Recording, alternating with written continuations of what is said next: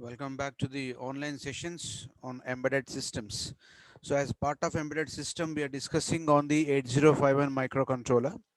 So in the second unit, we have got the theory regarding the programming part and a little bit of programs on each and every type of the instructions that we have in the syllabus. So we have various, we discussed in last class that we got several different types of instructions called arithmetic instructions, logical instructions, branching kind of instructions. Okay, so all these instructions has to be implemented, and a timer, counter, applications, serial communications. So all these are the various types of instructions which we have in the syllabus. So before we start attacking with the directly programs, so I just wanted to once again go through the microcontroller internals. Okay, so as we are programming on microcontroller, so we should know the basic advantages of this microcontroller system. So apart from microprocessor, we are using a microcontroller. So what are the advantages of microcontroller in programming? So that is what very important point for us to discuss. So because anyway we are doing programming on 8051 microcontroller, we should know the advantages of microcontroller over microprocessor. The first advantage of microcontroller is going to be the cost. The cost of microcontroller is going to be very low in comparison with the microprocessor. Then small size of the product. Microcontroller product is going to be small in comparison to the microprocessor based system. So easy to troubleshoot and maintain. As the system is small, it can be troubleshooted very easily, and it is more reliable than the microprocessing unit. So microcontroller is more reliable because most of the time many things are going to be hard coded. It is bit oriented, it supports bit oriented operations and hard coding. So therefore it will be definitely reliable. It gives results very fastly. Troubleshooting is going to be easy. Because of these two reasons it becomes reliable. Because of very good troubleshooting, it's got effective and efficient troubleshooting methods.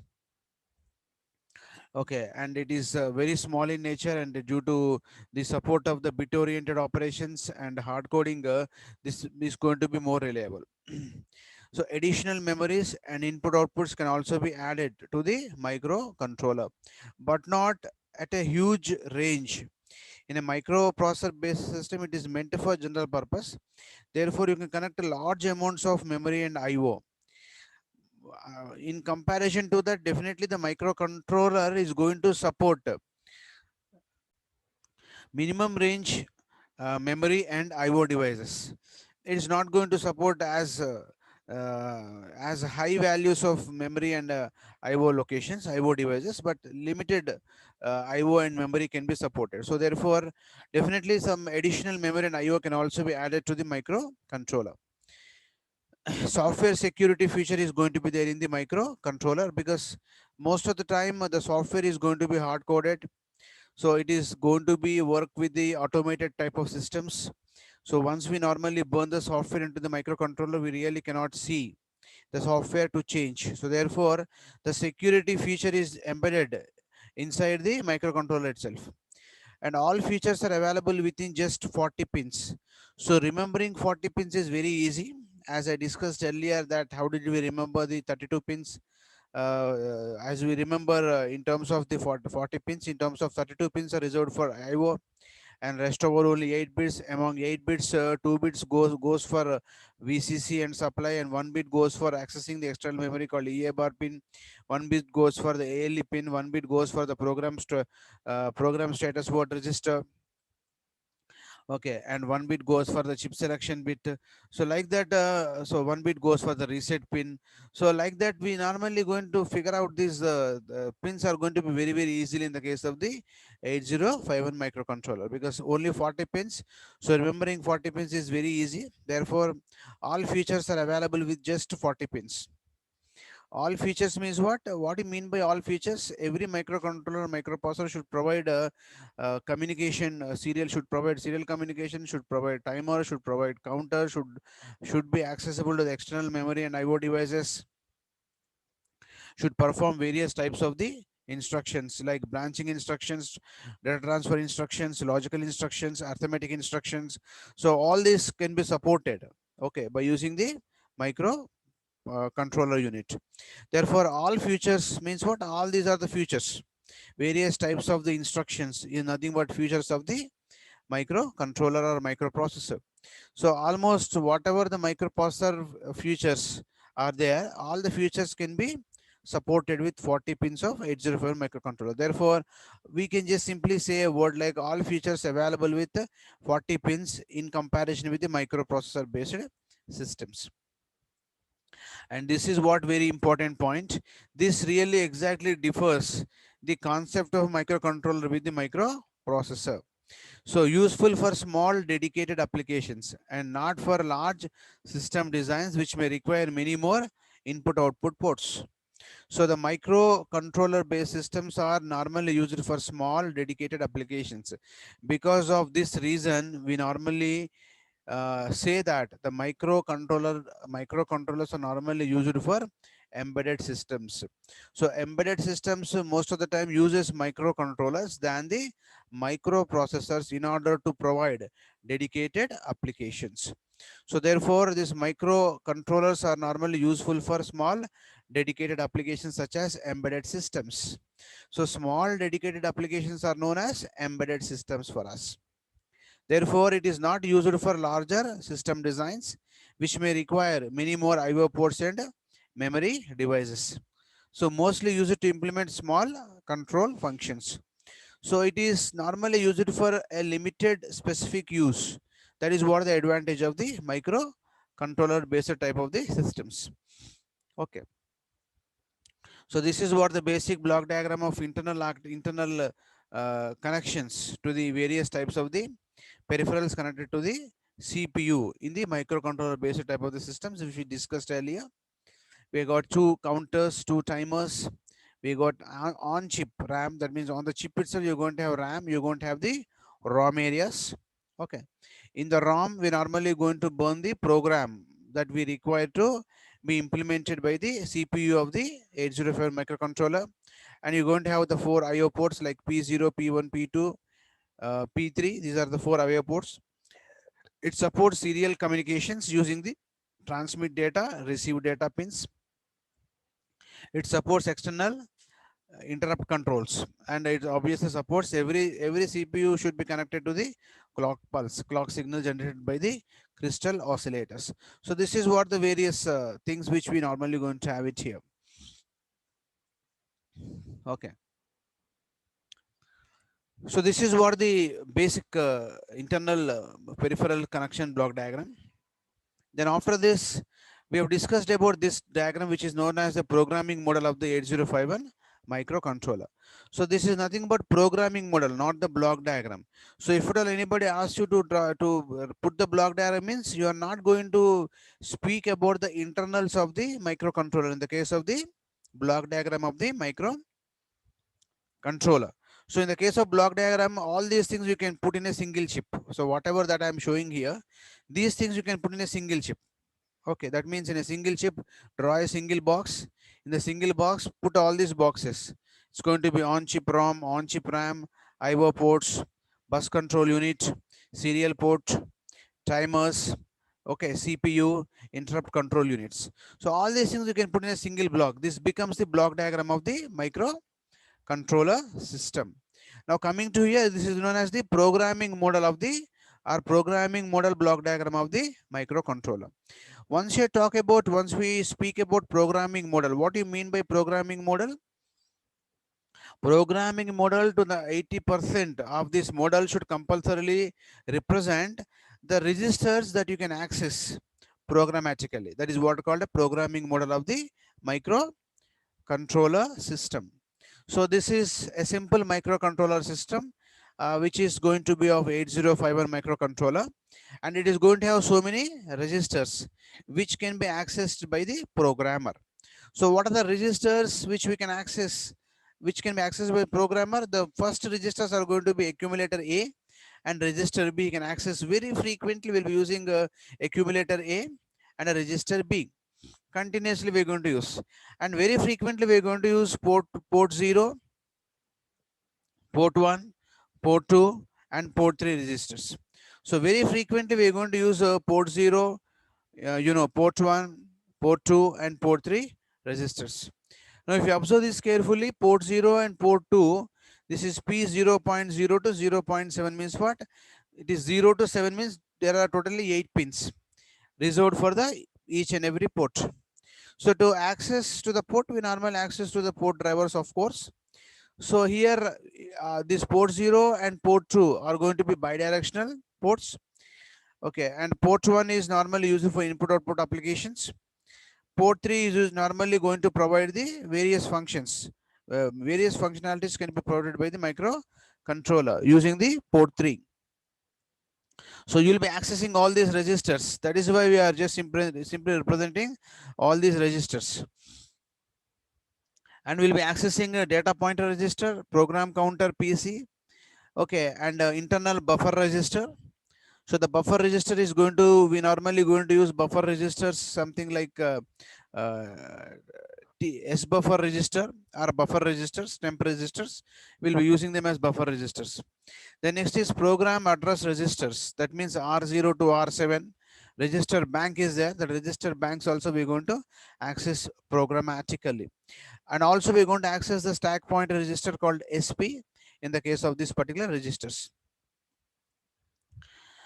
And we're going to have the instruction registers. We can access instruction registers also through using the programming, and we can control the oscillations produced by this oscillator by accessing the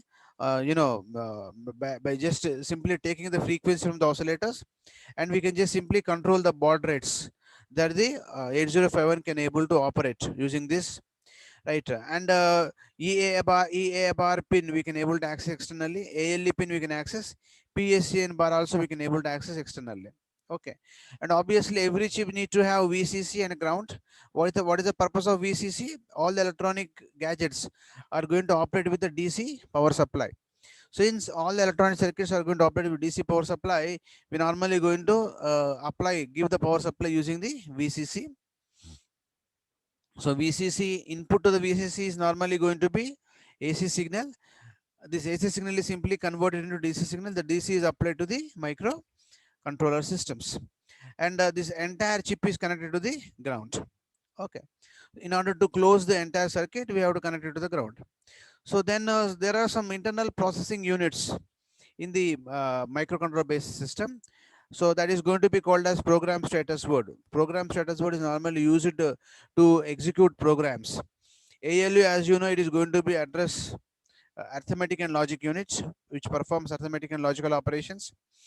And two temporal registers called temp1 and temp2 registers. Right. So these are the registers which are going to have, which we'll be using practically in the programming. Okay. And we have seen this pin diagram earlier, and remembering pin diagram is very easy. What is the method that I tell you already, that to remember the 40 pin diagram? So among these 40 pins, we have 4 ports that you have to remember. We are going to have 4 input IO ports known as P0, P1, P2, and P3. Each port is going to occupy 8 bits of each port is going to occupy 8 bits. So it's going to be 4 into 8 is going to be 32. So that means 32 pins have been simply reserved for the 4 ports used in the 8051 microcontroller. Then leftover pins are going to be what now? Only 8 pins. Among these 8 pins, VCC is gone 1 bit, 1 pin, ground is gone another bit. So leftover with only 6 pins. Among 6 pins, compulsorily every processing unit should have compulsorily reset button. So for reset, 1 pin will go, and every chip is normally going to have a crystal oscillator pins. So 2 pins will go for the crystal oscillator, so that any digital circuit is going to operate based on the input clock signal. So that means the speed of this particular 8051 microcontroller, any for that matter, any processor, depends on the input clock signal. So more is going to be the input clock signal, more is going to be the speed of operation of this particular 8051 microcontroller, because all the digital systems are going to operate with respect to the clock signals. That means either either at the positive edge of the clock signal or at the negative edge of the clock signal, we normally going to operate the instructions in the microcontroller. So therefore, these two are simply gone now. Crystal is gone. Now leftover pins are going to be simply 3 now. So as leftover pins are simply 3, so every microcontroller should compulsorily support access to the external devices. Every microcontroller or microprocessor based system should given a provision to access the external devices. So further, definitely one pin will go, that is called EA bar pin, and the rest of our pins are going to be ALE pin. Why ALE pin? See this port 0. Port 0 is a multiplexed address and data bus lines. Port 2 is going to be higher order data bus lines, are normally transmitted only through port 2. So therefore, port 2 we never use for data transmissions, data transfer applications. We use only to locate the higher order address locations of the memory or any other peripheral connected to the microcontroller based systems. So therefore, this is a multiplexed address. Now using ALE pin, we normally going to use data or address from this particular 8-bit port, just like in 8086 microprocessor, we need to have a ALE pin. And one more is going to be called as program status enable pin. So this is the extra, this is the pin you have to remember. So once you start programming, now this is normally going to store the various registers. Registers are going to get changed based on the conditions of the program. So program status enable pin is normally going to be used in the microcontroller. So these are the various pins. That's all we have in the 8051 microcontroller pin diagrams. Next, port 3 is going to be a special purpose port, normally meant to support the various types of the control operations. So by using microcontroller, we normally going to perform the serial data communication. Serial data communications can be done by using RxD, TXD pins, and yet it has to support various interrupt signals like INT0, INT1. So it supports interrupt signals, and it should support timer applications. Timer 0, timer 1 is provided, and every pin should compulsorily support reading data from the memory and writing data into the memory or IO device for that matter. So that means for that purpose, we normally going to have the WR bar and RD bar pins. Okay, nobody expects you to match this port 9 to RST, port 10 to R3.0. You can just simply skip these numbers 1 to 20, 40 to 21, and still you can simply write down all this 40 pin data. If you could not remember every pin with these appropriate pins, you can simply write that kind of a pin diagram also to get full marks. Okay, because it is all going to be based on the specifications of the various types of 8051 microcontroller. My 8051 also has got so many versions. As the version changes a little bit, this pin equivalence is also going to change. With respect to its pin numbering is also going to change. Therefore, you can just simply skip this serial, this pin numbering 1, 2, 3, 4, all this, because if you have, if at all you're going to write this pin numbering, what will happen? Say for example, mistakenly you have indicated pin number 10 to P3.3, then the entire pin diagram goes into wrong for us. Therefore, if you could not remember these pin diagrams, could not map this pin diagram, could not map these pin numbers with appropriate pin functions, then simply skip these pin numbers, so that you can just simply represent all the various pins very easily. Okay, so therefore you can just remember this pin diagram in this particular fashion. So you should know the pin diagram to write a program compulsorily, and after you remember the pin diagram, you should know something or much about the various registers which are internal to the microcontroller based systems. So this is what one of the difference we have find between the microprocessor and a microcontroller based system as well. To program a microcontroller based system, you should know more about the microcontroller that you are using in the embedded system in comparison to the microprocessor used in the embedded systems. So why? Because the 8051 is normally going to support hard coded applications also, hard coding also. Therefore, you should remember or know compulsorily several internal registers and its working. Then only you can able to write a program to the 8051 microcontroller. So that is what the problem with this 8051 microcontroller programming. To write 8051 programming, it is compulsorily mandatory that you know the pin diagram. You should know the pin diagram. You should know the programming model of 8051 microcontroller. You should know the basic advantages of microcontroller, and you should know the meaning of each and every registers used in the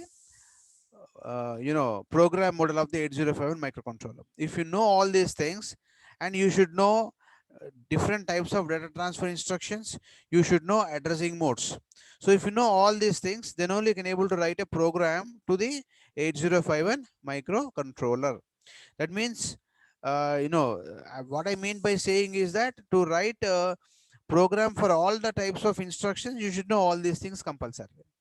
Say, for example, I ask you to write a program for addition of two numbers, subtraction of two numbers. You should know only the mnemonics which are required to add and subtract to that extent with the flag registers and all. That's it. You can able to write program. But if at all you want to write program using timers, counters, right? So you have to write a program for serial communication, parallel communication. Then you'll be definitely using you'll be definitely touching all the registers internal to the microcontroller based type of the systems. So therefore, in the next session, what we do is we'll try to complete the internal register structures of the microcontroller based systems.